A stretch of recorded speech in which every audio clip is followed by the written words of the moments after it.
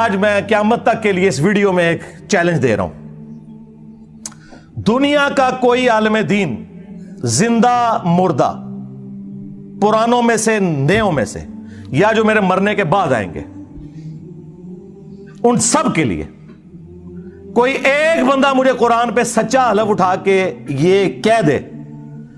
کہ میرے جاننے والوں اور میرے رشتہ داروں میں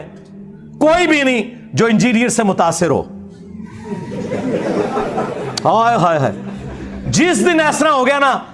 میری آنے والی نسلاں سٹوڈنٹس، میں نے اپنے بچوں کو نہیں بٹھا کے جانا اس پوسٹ پہ، ٹھیک ہے؟ میرے سٹوڈنٹس اس وقت بھی میرا یوٹیوب چینل ڈیلیٹ کر دیں گے۔ میری زندگی میں کرو، میں یوٹیوب چینل ہی ڈیلیٹ کر دوں گا، ویڈیوز نہیں، پورا چینل، ٹائم قیامت تک جائے۔ آپ کیا سمجھتے ہیں ایسا ہے؟ لو مرزا، اگر تو واقعی باپ کا ہے، پر مجھے شک ہے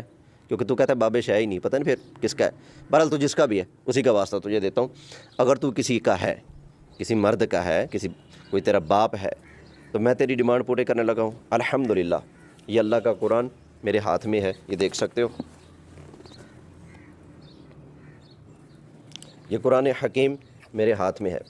لا الہ الا اللہ محمد الرسول اللہ، یہ اللہ کا قرآن سر پہ رکھ کر میں کہتا ہوں، واللہ باللہ تاللہ ہمارے رشتہ داروں میں، ہمارے قریبیوں میں، جاننے والوں میں کوئی ایک بھی فرد ایسا نہیں ہے جو تیری تعلیمات سے متفق ہو، تجھ سے متاثر ہو، بلکہ جن کے سامنے بھی ہم نے تیرے معاملات رکھے ہیں، سب نے تیرے اوپر لعنتی کی ہے۔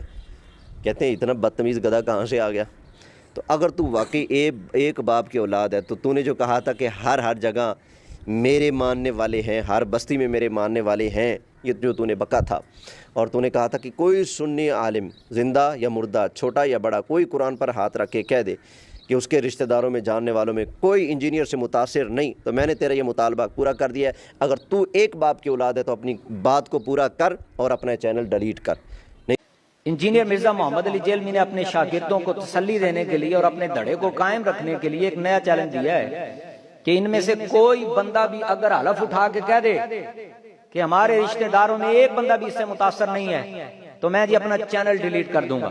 اگرچہ ہمیں حلف اٹھانے کی ضرورت تو نہیں ہے، لیکن اتمام حجت کے لیے، اس کا تکبر، اس کا غرور توڑنے کے لیے میں یہ عرض کرنا چاہتا ہوں، مسجد میں موجود ہوں، ممبر پہ بیٹھا ہوں، یہ میرے ہاتھ میں اللہ کا قرآن ہے، میں اللہ کے فضل سے، رسول اللہ علیہ السلام کی نگاہ رحمت سے عرض کر رہا ہوں کہ میرے تمام رشتہ داروں میں ایک بندہ بھی ایسا نہیں ہے، کوئی نوجوان، کوئی بزرگ، کوئی بچہ جو اس کے انداز سے، اس کی تعلیمات سے، اس کے مشن سے متاثر ہو، بلکہ جس سے بھی ہم نے بات کی